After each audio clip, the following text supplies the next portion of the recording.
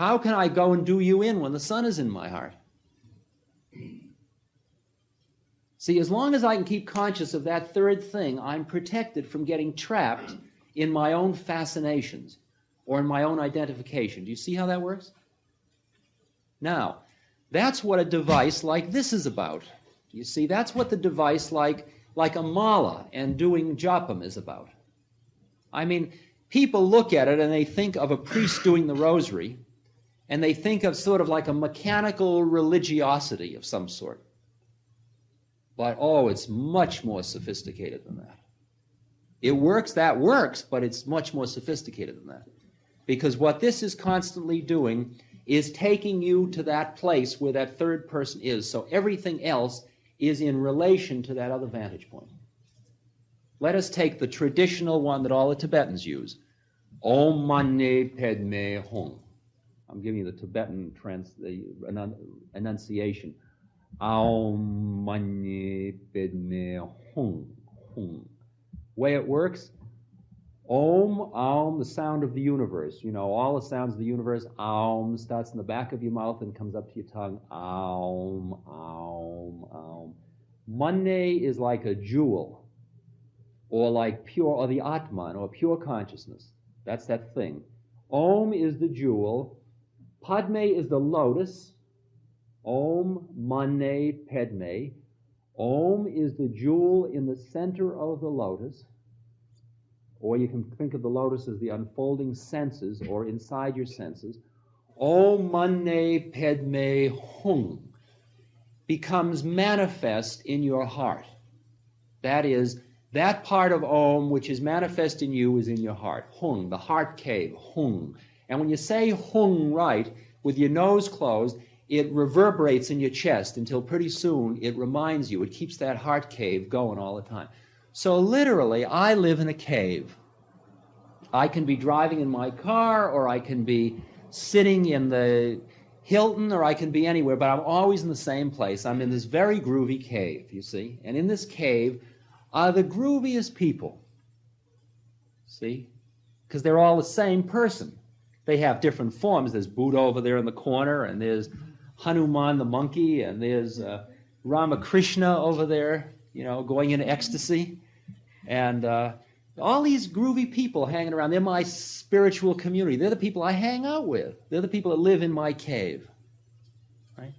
And I'm constantly dipping into my cave. Om Mani Padme Hum, Om Mani Padme Hum, Om Mani Padme Hum, Om Mani Padme. So I'm talking along with you, and every time I move one of these beads, which since I'm doing a Tibetan mantra, I do with my left hand. This is a little, one of those intellectual cuties. While with the right hand you do Hindu mantras, and you don't use your first finger because that's the pointing finger, so you use your third finger moving with your thumb. So you're doing Om Mani Padme, and this is a Buddhist mala. It's made of the Bodhi tree, and this is a Hindu mala. It's made of the Tulsi wood. These are the two different very holy woods in India. This mala was given to me by my teacher. It was given to him by the Guru 15 years ago.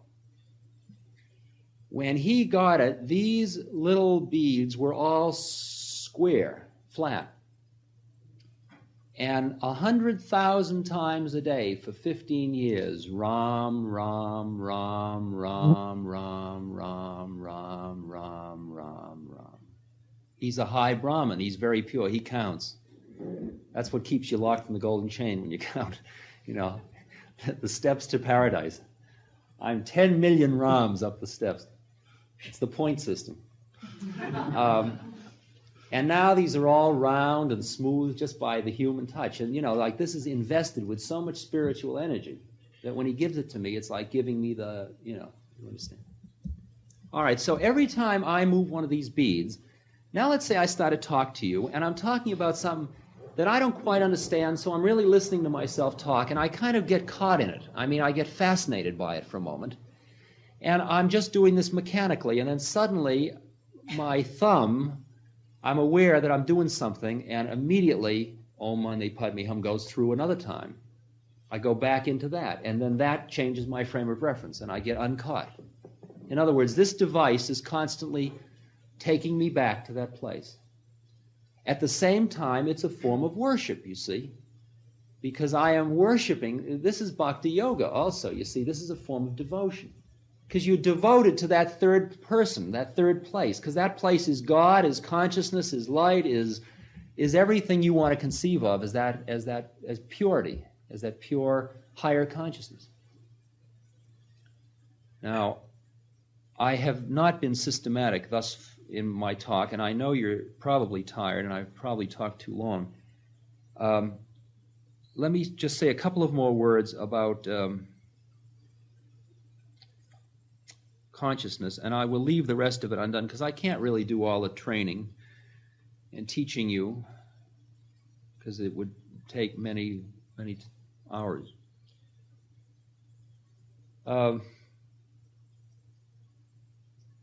To understand how the Guru told me my mother died of spleen, I mean, that's an interesting thing. It'd be fun to know how he does that, you know.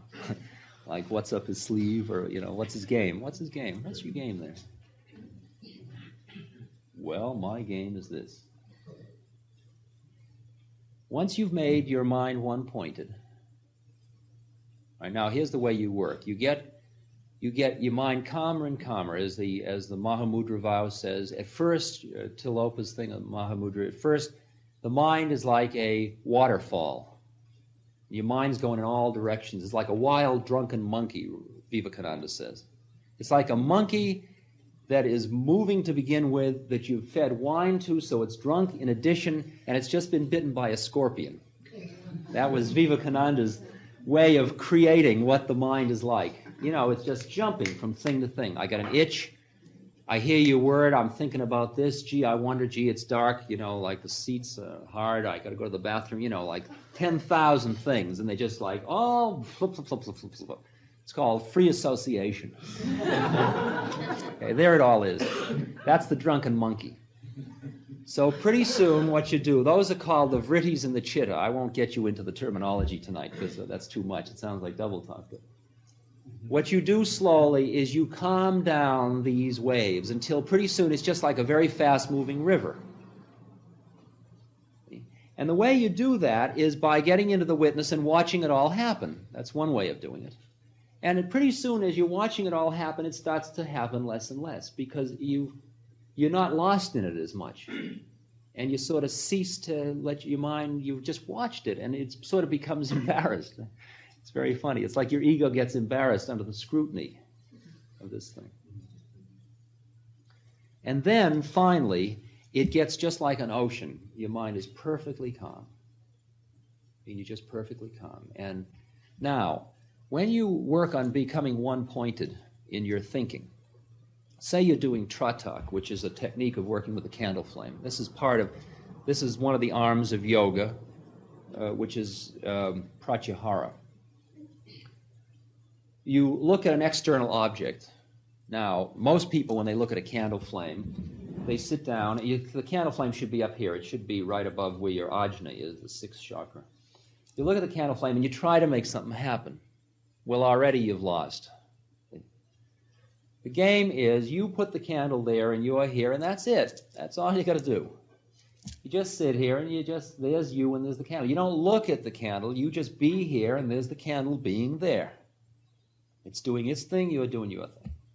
And you just sit there with the candle, and pretty soon all your thoughts are all around here. They're like little bugs flying in and around the candle flame. Just the candle, and I can look at the candle and I can see your glasses, and I can see your shirt, and I can see your dress. I can see all that. I can hear the door opening, and I can hear myself talking, and see my hands moving, and feel my muscles. And there's just me and the candle. Just my witness, and the candle is the witness, and the rest of it's just all happening around us. And as I do this, after a while, pretty soon all this quiets down, and I cease to be overwhelmed by all my senses until pretty soon there's just the candle and me. I didn't do anything. I didn't try to do anything. It just happened. And then if I keep doing that, pretty soon I am just there with the candle. Now that's one-pointedness of mind. All right? You've calmed down. You're able to think of one thing. Right? Now, the next part of that, of the next leg, is called dharana, which means doing the same thing on something inside. Like you take ajna, you take this point where these three nerves meet up here. And instead of looking at the cattle, you close your eyes and you focus on that place right behind your brow, right in there. And again, you just be there. And pretty soon that's where you are. That's all you are, is just a point of consciousness right there. That's it. There's not a body, there's nothing. There's just the point of consciousness right there. Now, when you have succeeded in doing that, you are nearly home. Then you hold it longer and longer, and it's called dhyana, and you hold it longer and longer, and you go into samadhi. Now, as you go, there are different levels of samadhi, which is this state where you've flipped over and you just, that place, that's all. You've given up everything else but that place. You're still in form. You're still being a candle flame. At that point, you can perform a thing called samyama, because at that point, you see, you have freed your consciousness from your body. In other words, you have overridden that veil of ignorance which had convinced you all those years that you, which is your pure consciousness, and that body and mind were one and the same thing. And by going down and down to that one place and then going behind, right back in there, you get to a place where you're just pure consciousness. And then, if you are in the candle flame, that's where you are. And samyama is the quality of getting outside of the egocentric predicament. So that when you perform samyama on something, like another person's mind, you are their mind. Literally. I'm not putting you on. It's not mind reading. You are there. That's where you are, because you're not here, certainly. Because you left your body. You have merged your consciousness. Here's what's happened. You have purified and purified. You've separated your consciousness from the gross energy, body, from the finer energy, thought. You get it down to this finest energy, which is what it's been all along, which is called the Atman, or Brahma, or Prakriti, rather. And then it merges, and it becomes the entire place. It's the entire universe. It merges into everything, because it's all interchangeable at that level. It's all interchangeable. You see, energy at that level is all interchangeable. And that's all you are, so you are part of it all. That's what the Hindus mean when they say, well, the place is in samadhi, you go to Sat Chit Ananda. That means absolute existence. It doesn't mean you exist, it means you are existence. Absolute knowledge. It doesn't mean you know, it means you are knowledge. Ananda, bliss, doesn't mean you feel bliss, it means you are bliss. You go to that place where you are it all. And you reside in that place where you are it all in the formless state. And then when there is the requirement for you to come down into some form or bring back something, you merely can go into that form to bring it back. In other words, in that place that he goes to, which I'm going to recite a little poem in a second about it, that place he goes to, in Sat Chit Ananda, there is no time. Past, present, and future, it's all part of the warp and woof of the nature dance. It's all nature's out there. He's part of nature. He's merged in it. It's all part of the same thing. But from this other point of view, it's all there. It's both there and he's part of it all. And therefore, since he's beyond time, he can be anything in any time. So he is actually my mother's swollen belly 9 months previously in Boston, Massachusetts, because there is the requirement of my rational mind to be overridden at that point.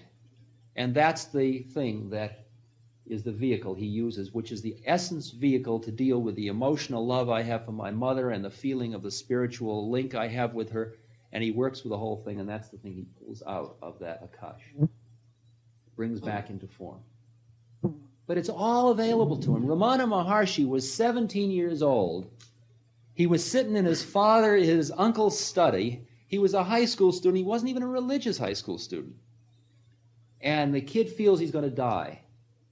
And instead of calling somebody, he lies down and he feels himself die and be taken to the burning gut and burned, and he goes through the whole trip. And then he says, well, just like I said, who's minding the shop? It's the same experience. It's the same experience. Except the difference between me and Ramana Maharshi was a little difference in sanskaras, because he never came down.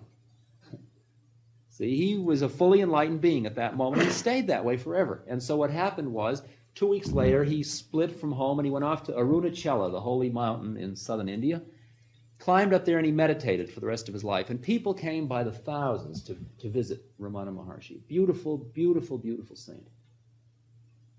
And wise pundits would come from around India.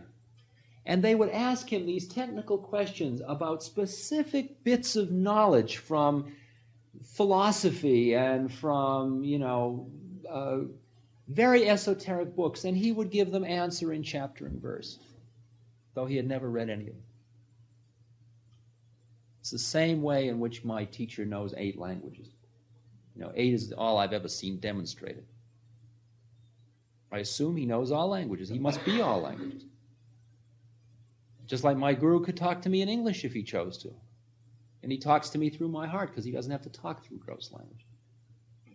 And when I went to Delhi from the mountains in March, and I went by bus on 14-hour trip to Delhi, and I went to American Express and BOAC and all that, and then in the afternoon I was hungry, so I went into a vegetarian restaurant, and I had a meal, and at the end of the meal I had been living very frugally, so I had ice cream, and they had 2 biscuits for the ice cream. Boy, I savored those biscuits. They were the first, sweet thing I'd had like that. And then I went to the Buddhist monastery I was staying at that night, and the next day I got on the bus, drove 14 hours back to the temple. The guru had been up in the mountains. I hadn't seen him for over a month.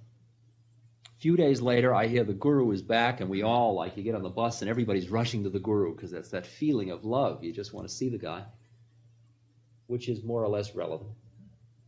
And I get there, and I fall, danda pranam, and I'm down there, and he grabs my hair, and he pulls my head back, and he looks at me, and he says, how'd you like the biscuits?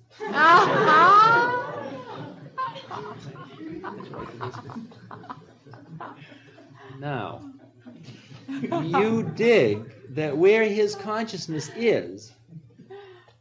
is not only with me in the biscuits, not only with me right here speaking to you, and I mean that literally. You see, I don't know what literal means, but I think I mean it literally. I don't know whether literal means gross senses, but if it doesn't, I mean it literally. He's not only there, but he's every other place at the same time. Like at the same moment he's digging me eating the biscuits, or, he could be with his 10,000 other devotees wherever they happen to be, because there's no requirement that you have to be only in one place at one time. When you merge with it all, you are it all.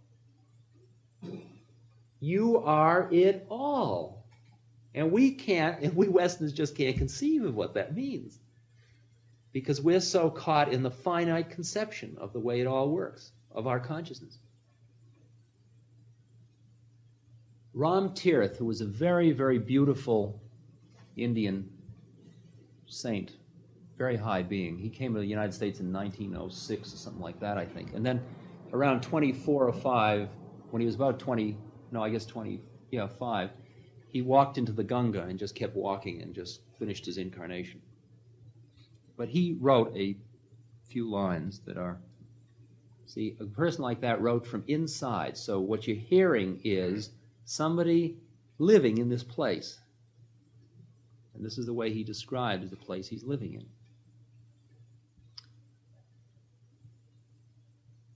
I am without form, without limit. I am beyond space, beyond time. I am in everything. Everything is in me. I am the bliss of the universe. Everywhere am I. I am existence absolute, knowledge absolute, bliss absolute. I am that. I am. And then he also just said these two little lines. I have no scruple of change, nor fear of death. I was never born, nor had I parents.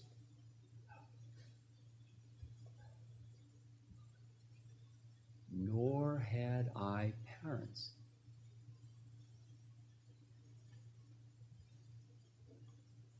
Right?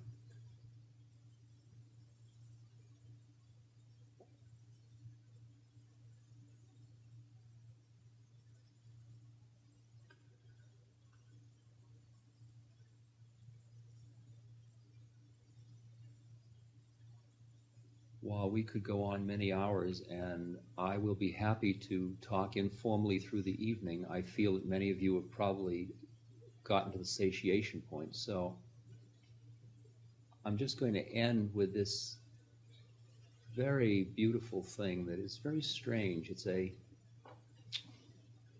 It was found on a 16th century Norman crucifix.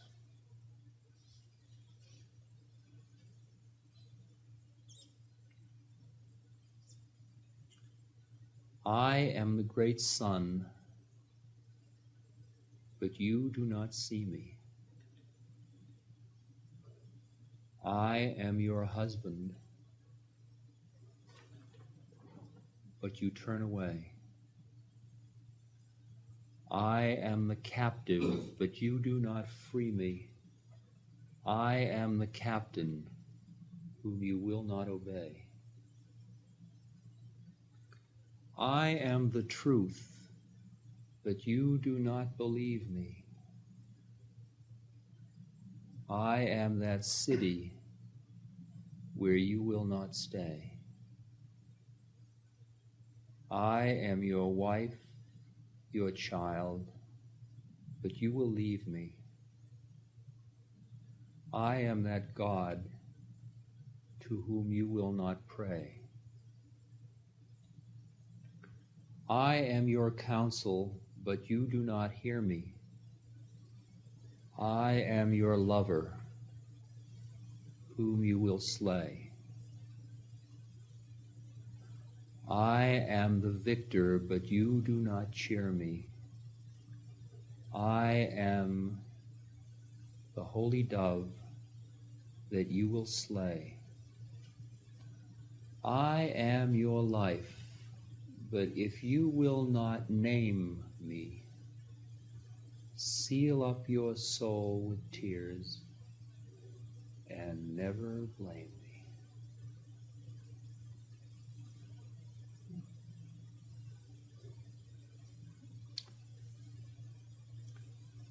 The traditional greeting and parting in India is Namaste, which means I bless that which is the Atman in you. So, therefore, Namaste.